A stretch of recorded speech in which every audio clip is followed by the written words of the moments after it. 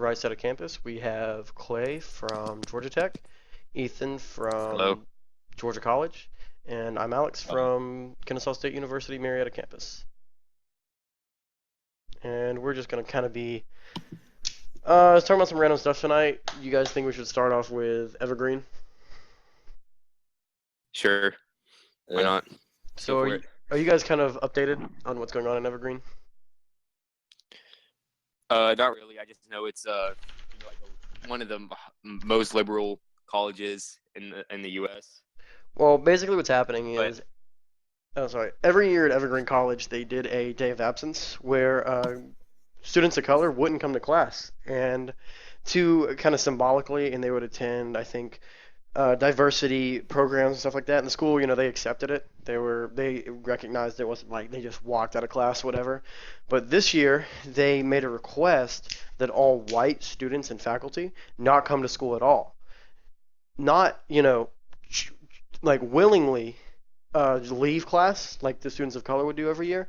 They wanted them not to come at all, so that only faculty of color and students of color would be on campus.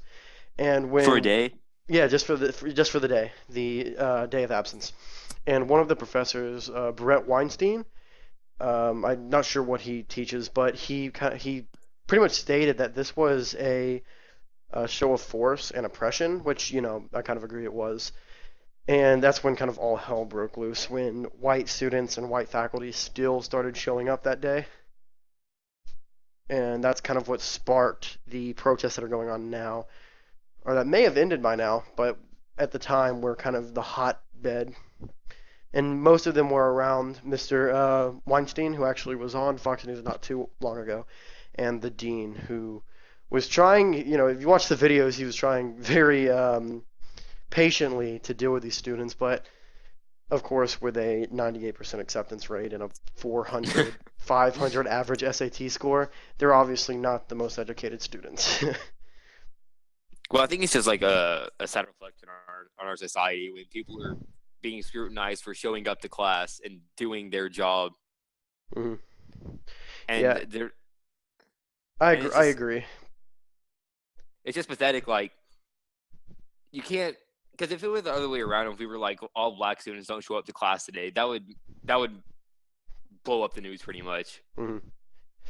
But when it's the other way around, it's like, oh yeah, we just want them to accept diversity, and like when they didn't go to class, because you said originally they were they like obliged to attend like diversity programs Yes, they like in were. place of going to class. Yes.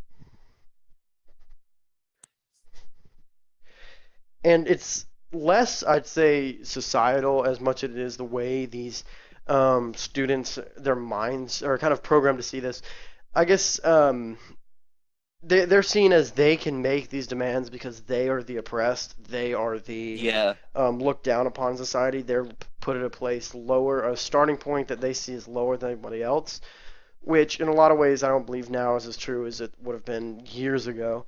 But they believe that they have the right to make these claims and that the white students shouldn't show up because they're oppressed, and they believe that the teachers are racists for denying this and not collapsing onto their demands of not showing up to do their job and students to get an education. Because there's a huge difference from not going to class for a day of kind of solidarity and protest and attending diversity programs and yeah, completely stating that an entire race should not show up that day whatsoever. yeah. I Yeah. mean, Go ahead, it's Clay. sort of like counterintuitive in a way if you think about it, because by doing that, you're just like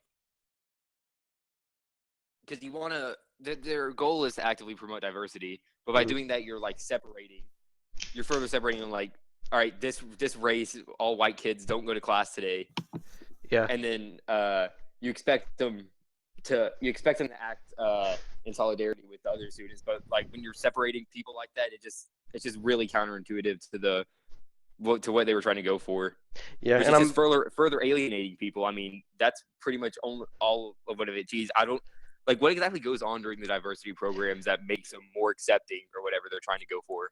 Actually, I'm not sure because I haven't seen a whole lot of what actually happens in these. They just define them as diversity programs or diversity seminars or whatever. But the protest broke out. They basically held the teachers and faculty hostage. And have you ever seen that scene from The Dark Knight where the city was blocked off from everyone else and they were putting the police officers and people on trial, like the poor people and the prisoners were? Yeah, Well, this is exactly what that yeah. looked like. These teachers were just completely surrounded by students. They weren't allowed to leave. One of the faculty members actually asked if he could use the restroom, and they yelled no because their logic was we were subject to 300 years of slavery, which none of them personally were, none of their parents were, probably none of their grandparents were either, and so he did not get to leave to use the restroom. And they were literally, they called it asking them questions, but whenever their questions were answered, they would get mad because one of their arguments was, "You're listening to us talk and thinking of an answer, and that's not really listening to us." Like, excuse me? Yeah, that's really what it looked like with the scene from that movie where the faculty was being put on trial by these students. Wait, so you're saying that they had like guards that weren't allowing white people to do like certain things, like go to the restroom? No, no, no. Like, they These physically were like, they basically had trapped these there was massive numbers of them. They basically had trapped these faculty members into rooms, like classrooms, and were asking the questions. Of course, this is a what do you call it? A suitcase college where not a lot of people would dorm there, not a lot of people stay on yeah. weekends. So these teachers they were just kind of alone. They were supposed to show up for work. They were told not. They have to do their job. So they were in their classrooms. So the students would march in, basically surround them, and just bombard them with questions, refuse to let them leave, scream, holler at them. As far as I can see, there wasn't really any violence. I am reading now that one student was arrested. Um, he was arrested for alleged assault. So I'm not sure And what he did, but I mean the hotbed of anger and protest that was, I guess if you call them protests, that was going on there. I wouldn't be surprised if it turned to violence. it just kind of shows like how much we've devolved over the Front past of years, this because it crowd, reminded me of that's like biology Little Rock professor when Brett Weinstein, whose when class they escorted black students to go to class because everyone's wasn't accepting. But now it's kind of Mhm. like we kind of flipped the spectrum a A little bit. role Like reversal now, in a like way. it went from escorting African American students into class now to locking white people out of class. Hmm. It just kind of like shows how much we've evolved Yeah, it really has.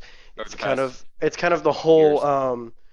slippery slope. Like we went down a little bit, and then we went a little bit, and then we went too far, and we kind of missed our target of equality. But of course, I wouldn't compare this quite to the incident at Yale that happened. What was it 1, 2 years ago? Because this is I don't know. It's not. This school is not exactly the pinnacle of the American educational system. It's Yeah. very low rated, high acceptance rate, very low scores, low GPA for acceptance. But you remember what happened at Yale, right? The protests that were happening Yeah. there. Vaguely. Yeah, Yeah. I mean it was huge, and Yale is looked upon as it's an Ivy League school, so it's looked upon very highly, and to see that sort of rhetoric at a school like Yale is very disconcerting.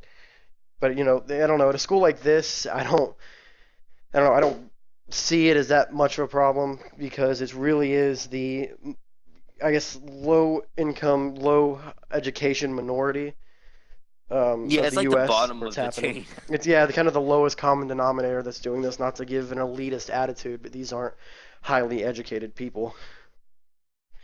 Yeah, but I remember watching a student from I believe it was Yale, but if it wasn't Yale, it was one of the other Ivy League schools, and he basically said that if you're like in political science class and you present a conservative, like a paper that contains any conservative ideologies whatsoever, then they just won't grade it, and you're gonna have to rewrite it. Yeah, that's I don't know. It's really sad. It's really eye-opening to people who at this point haven't already opened their eyes to the liberal bias in academia. And luckily, there's still you have your schools that usually engineering usually stick more to the Yeah. I guess centrist, some conservative side. Like I've noticed that at KSU. Have you already gone through your college orientation? for tech?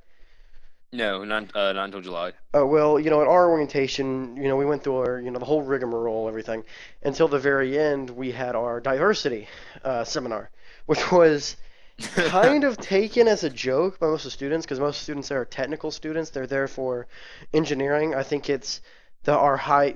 I think it was over 50% were there for computer engineering. Then the next one was like mechanical, then electrical, and so on, down to mechatronics engineering, which is what I'm doing. Mhm. But it was kind of taken as a joke, and it was kind of reassuring to me on a college campus that it was because they did things where one, it was race, and that was kind of interesting, I found, because that can sometimes be touchy to people, to where you thought of yourself as an African American, you'd stand up. If you thought of yourself as white or Caucasian, you'd stand up. And I think the Hispanic or Latino, I think, or Latina/Latino, you stood up for that as I like how well. you say if you thought of yourself as like you could be white. You Yeah, see yeah, yourself as and that's the word thing they use is if you thought of yourself. Then the one that was interesting was gender. No, no, no, no. Yeah, gender. They had the male, female, and then they had other. No, intersex, I believe, and then they had other. yeah, and then We didn't. And pansexual. what's funny is we looked around. No intersex, no others. And then yeah, we had our sexualities. We had our heterosexuals, which was vast majority. Homosexuals, I'd say there was about eight or nine. Then we had our pansexuals, um, which was one single one stood up. Then they had demisexual, which no, I skipped bisexual. Bisexual was about four people. Then pansexual, which is basically a edgier version of bisexual. They had the one. Then demisexual, which apparently you're attracted to personality, which I completely find strange because I guess I feel like personality should already be a factor in attraction to a person, but whatever. And we had no one stand for that, and you could hear snickering and laughs and stuff like that among people. And then asexual too. Oh yes, I don't. I think they had other, and then people would call out other, and then someone said asexual, and they even said asexual, and still no one stood up. I mean, did they claim the ability to reproduce by themselves, or Uh, no, no, that their version of asexual does not align with the yeah? biological wording for asexual. They do not reproduce by budding. Yeah, Ethan, I don't believe that you've gotten through your orientation either, right? I and have. he's It's in July. Uh, yeah, and but he's the only one going to a liberal arts college. So, yeah, like, what do you think about that? I don't know. I'm just gonna be on my phone when I. yeah, ours was fairly entertaining. And knowing Georgia Tech, the size of Georgia Tech, I feel like you guys will have a slightly bigger diversity seminar than even we did.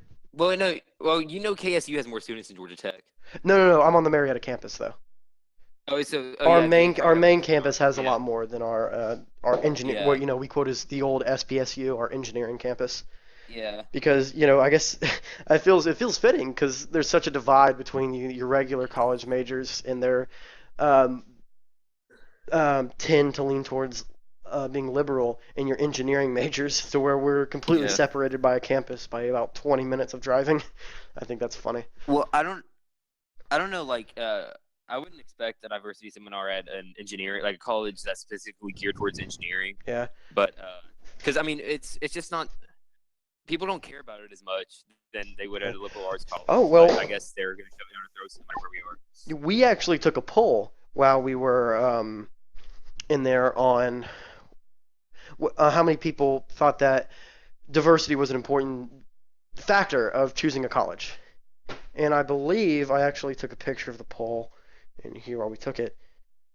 It was, yeah, how important was campus diversity to you when picking a college?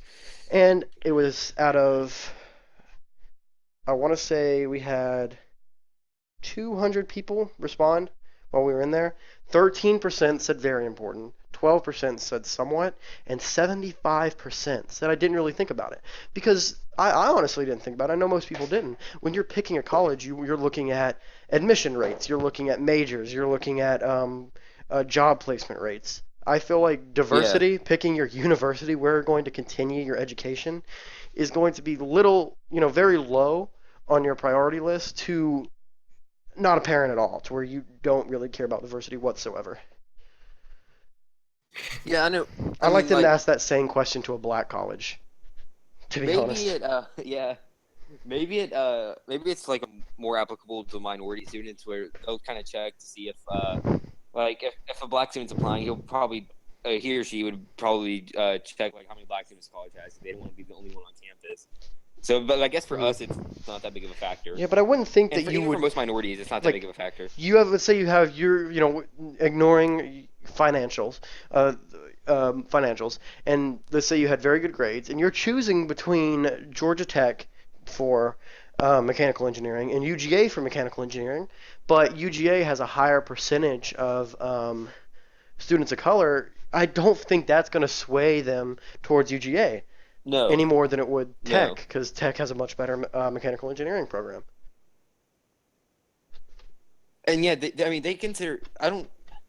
There's so many more things they consider than diversity because, of course, like just reputation, of course, is a big one, and then cost, and Hmm. then they're just so and like campus environment. There's just so many other things to consider that Yeah. no one even considers. No one even thinks about diversity as a factor, Hmm. really. Yeah, like I like to look at placement rate, and that's one of the reasons I'm going to the as well KSU Marietta campus, because they actually right now have the highest placement rate in Georgia, mainly because they're such a small campus and they focus on engineering. But that keeps them at like a 99.6% out of college placement rate.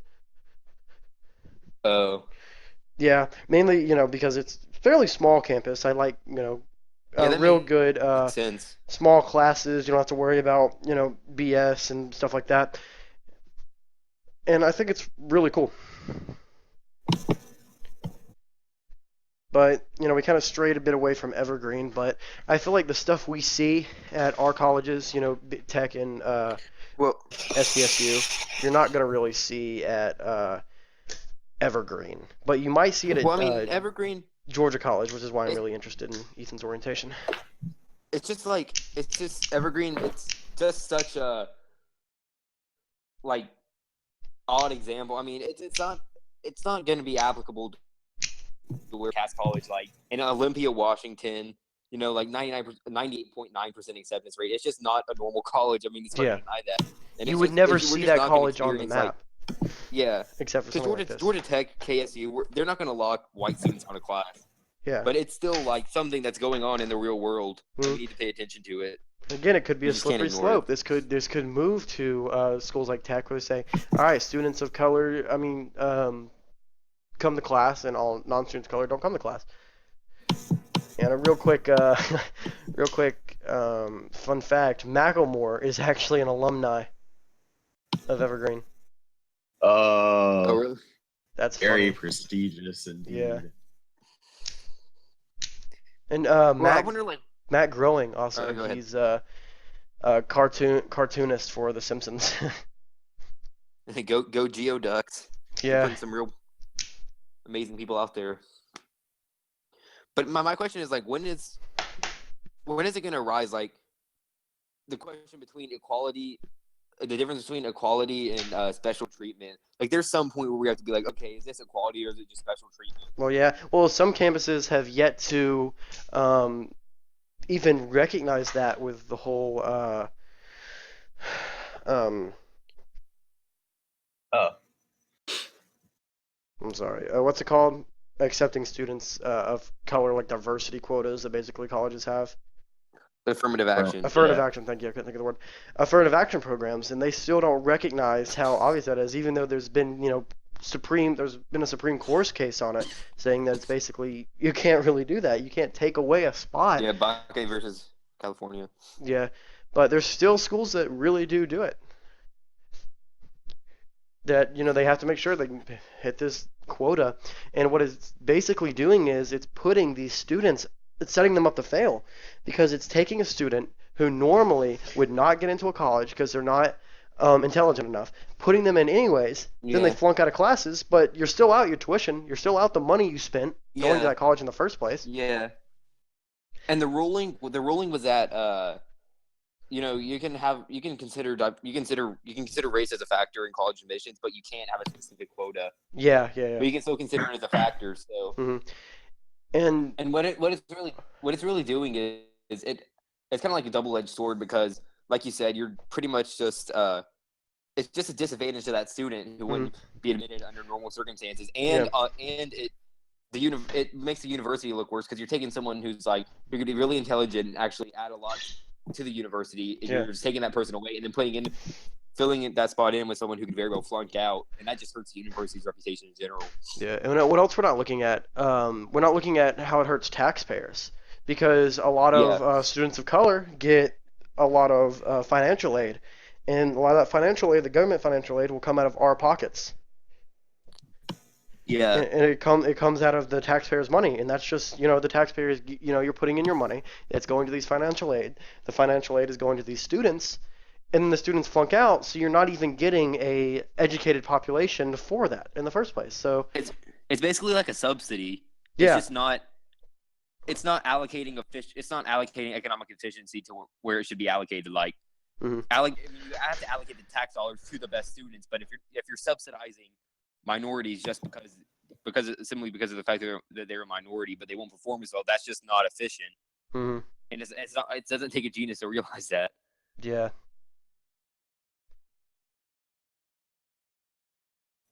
All in all, our my college, we were fairly, we also did religion. We stood up, and mainly they did Christians. Christian were the vast majority of people in there. We had no Jewish people whatsoever, which I found kind of interesting, and only one Muslim out of I think the 230 people that were there for orientation. Only one Muslim, no Jewish, and Only takes one. couple agnostic atheists. So, but what you're saying is they were majority like white Christian. Yes, the vast majority was white Christian straight in the college. Very bad. Yeah. Which Go ahead. I think eventually, like, I can't believe none of us have mentioned this yet, but we need to try to get someone from Emory on, because if you remember the incident from last year when someone wrote Trump during Trump's yes, I do remember that. campaign, it was a shitstorm. Trump 2016. It was before the primary when he was running for the Republican nomination. They wrote Trump 2016 in chalk on the sidewalk. It's not even like they vandalized. You can watch chalk off the sidewalk. Yeah, it's not vandalism. And then a bunch of students went to the counselors and started crying and tried to press charges against the guy. They were literally crying about seeing Trump 2016 on the sidewalk in chalk. Yes, I would like to get a perhaps not a freshman, but perhaps a upperclassman from Emory on to discuss that whole situation with us. Just like I will be bringing a Kennesaw campus upperclassmen on to discuss the LGBT riots that actually happened really protests that happened on campus due to the new president being supposedly anti-LGBT, which would be interesting to talk about as well. So a real quick kind of blurb. This is more high school, less college, but it's still something we should mention because it has to do with academia. Is the whole situation where all these students who took pictures in their Trump shirts for Picture Day were photoshopped without being notified first. So when they got their yearbooks, their shirts that said Trump were photoshopped over. They were blacked out. That's completely ridiculous. I mean, he's the president of the United States, and you're blacking out his name on a shirt. Yeah, literally, his signature is on your high school diploma. Yeah, exactly. Don't you think that's kind of Whether odd? you like it or not, I mean, you can't. Yeah. But I mean, imagine if that was the other way around. Imagine if I wore an Obama shirt for my yearbook picture and it got blacked out. Yeah, it would be ridiculous. But it's we reserve the right to be offended. You do not have the right to be offended. And it's kind of funny because a lot of groups, a lot of more conservative leaning people aren't offended. And I think that actually hurts conservatives as a whole, because when conservatives are offended or when something happens that they have kind of a reason to be offended about, people are just kind of like, oh, you have no reason to be offended. While liberals are offended about everything, so when something big does happen, it's complete hell. Yeah, like going off of that, when conservatives are offended, they don't feel the need to speak out about it, pretty much. But then liberals, once something very trivial sets them off, they completely blurt out about it. Yeah, it's injustice. That's why that's all the news is about nowadays. Mm-hmm. Is because they're very vocal about being offended. Yeah, I've gotten to where I can't even watch the news anymore. I Which, forget who did a poll on it where the news is now 93% Trump and like nothing else. but I mean, when it comes down to it, what is being offended? I mean, Mm. what exactly is it going to do to you? Is it going to Yeah. kill you? I mean, Yeah. if you're offended, oh well. I mean, because does it inhibit your success in some way, or it doesn't? It can very well inhibit your success if you allow it to. hmm But it's all And that's mental. generally what they're doing. There's They're no saying I'm not strong enough to put up with it. I'm going to allow it to inhibit my yeah. success. And that's really it's really your problem. You really shouldn't, no one's, there should be no bureaucracy there to stop people from offending you because you don't have the mental capacity to help yourself. And I feel that, especially in academia, if you're willing to get offended by chalk, then you have no place in a university. You have no place in higher education. Especially as such a prestigious university as Emory is. Yes, because you're going to move on to the workplace where you are going to have to face stuff like that. And if you aren't And able to Emory, like, face it in college, then you're not going to be able to face it in the workplace, and then you're just going to be a burden. and think about like what exactly like Emory's general like curriculum encompasses. Like, they're producing our future doctors and lawyers. Yeah. Like Imagine that's scary. imagine a doctor who refuses to operate on a man because he's a Trump supporter or because he's wearing a Trump shirt. And I know people are like, that's ridiculous. That would never happen.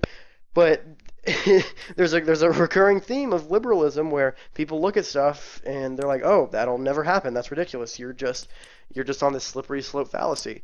And give it three Then it years, happens. and then it happens. So I could very well see a doctor from somewhere like Emory, a liberal student, going and refusing to operate on a man because of his political identity. Yeah, well, it kind of because I like what you said about like it seems like unfathomable at this point in time, but in the Mhm. future it could very well be plausible. Like, Mhm. imagine like if in the '80s, if we told if we told just a regular guy on the street in the '80s that in 2016, which was when the chalk incident happened, that college students would cry over Yeah. a president's name written in chalk hmm on the sidewalk, they would be Well, like, "What?" well, even in the time, when the whole uh, gay rights thing was going on, where they were trying to fight for marriage, people were like, okay, that's fine. If they get marriage, that's, whatever. Some people were okay with it. And then they were like, well, um, what if, what if in the future, I don't want to see gay people suing someone else because they don't want to accept their marriage. And they're like, oh, that's ridiculous. That'll never happen. We just want to be able to have the word marriage. And, now you see if a baker refuses to make a cake for a gay couple, they try to sue him. Oh, but it's only Christian bakers though, because there was a guy Oh, yeah. who did you see the video of that guy who went he went around, I think it was in Dearborn, Michigan, with all the Muslim it's a huge Yeah. Muslim community. He went to Mhm. the he went to a Muslim baker and said, "Can you bake a cake for?" He was a guy. He's like, "Can you bake a cake for my boyfriend or my fiance's wedding?" And me and my fiance's wedding, and he implied that he was gay and whatnot, and he said, "No, we can't do that. It goes against our beliefs." But of course, no one would do anything about that because it goes against their beliefs. But they're Muslim, so they get special treatment. But if a Christian said that, they get involved and say, "No, you have to bake the cake." Yeah. And I don't understand why you want the cake. It's probably gonna be a shitty cake, to be honest. Yeah. Which we're kind of falling off our college topic here, but I guess you could see a workplace full of people like this who refuse to do their job based on somebody else's political standing, and it's usually liberals who do this, to where they immediately judge people based on their political standing. To where usually conservatives are like, oh, you're a liberal, that's fine. I'll accept that. I get that. You're more into freedoms, which a lot of times liberals aren't. They're into, I guess, Yeah. freedom in their own bubble. But then if you try to escape that bubble ideologically or even economically, they're going to be against you and call you a fascist, which is very ironic. Yeah. Like libertarians, Well, they want to call libertarians fascists, even though libertarians are the farthest thing from because they're so anti-authoritarian. well, this is kind of a bit like broad in general, but I know like there's a lot of economists and supposed experts who say like the lifespan of capitalism is around 200 years, Mhm. or with any society, with any socioeconomic system really. So if we say that like capitalism truly began with the Industrial Revolution in the late 1800s, then it should end with within the next century, Mhm. definitely going by that theory. And I like what you brought up with people refusing to do their jobs. Like, what if that brings about the death of capitalism, where it gets to the point where people just refuse to work Mhm. because of all these things that they don't like about certain people and certain aspects that just supposedly inhibit them from doing their job because they don't want to provide a service to a specific person, which is kind of necessary for capitalism to function properly. Mhm. But what comes after capitalism? Anarchy. Yeah. According to the stream, we have bad video settings. Wow. Yeah. I want to make Let's sure that see we are even streaming right now, because that would be obnoxious if we weren't.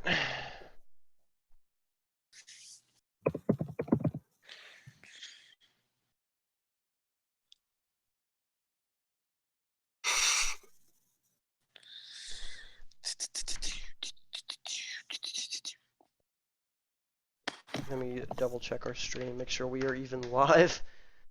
Oh, good. I believe we are live right now. All right, that'd be annoying if we just that. It would be. Yes, we are live. pussy man. Let me double. Unfortunately, we have no viewers.